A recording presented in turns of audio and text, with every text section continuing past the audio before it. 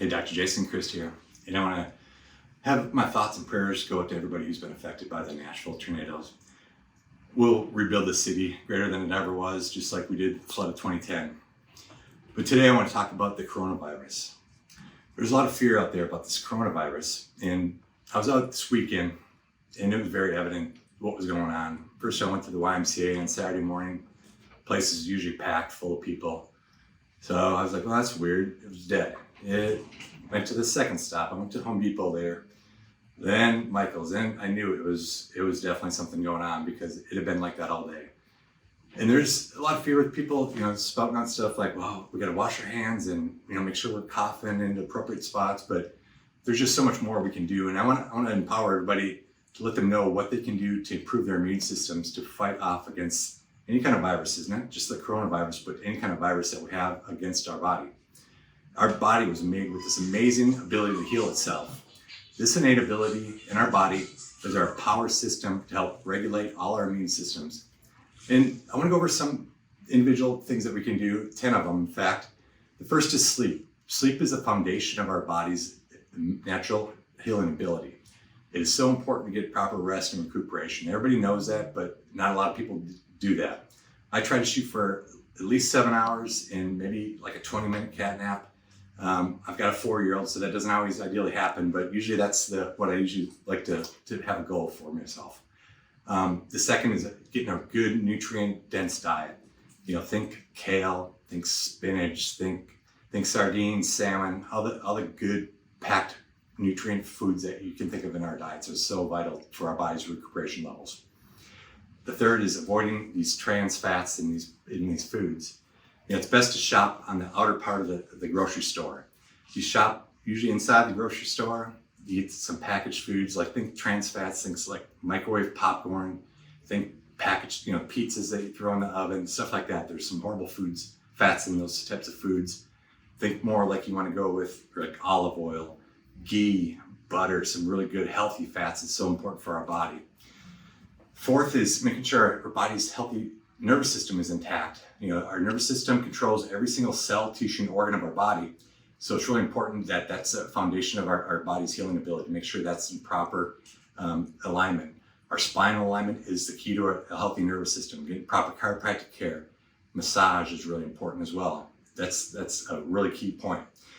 The fifth is taking supplements. Even if we eat these healthy foods, all the proper foods we're supposed to eat, we don't have the nutrients in our food that we did back in the 1950s, for instance, where our foods are so depleted from these crops being changed, and there's a lot of bad food sources out there that shouldn't be as bad as they are, but they're not as nutrient dense as they should be. So I'd recommend at least a good multivitamin.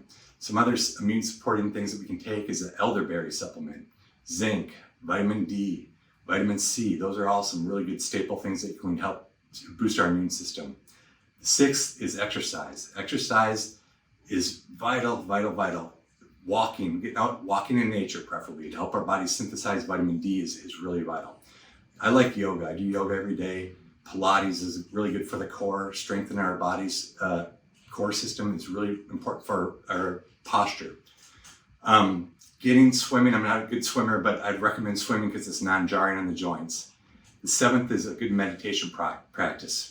Meditation lowers cortisol levels, which enhances our body's ability to fight off anything we can. Just take some time. Nobody's good at meditating at first. It's still very frustrating at times to practice because the more you do it, the more you think you have it down, and the more you just get humbled every time you go in your meditative state because your mind starts to drift off. Just stick back to the basics, get your mind focused on the breath. The eighth thing you can do is incorporate some good supplements of essential oils in your body. Echinacea is a great one. Ginger is a great one. Getting oregano is another good immune supporting essential oil that you can add. The ninth is getting out in nature.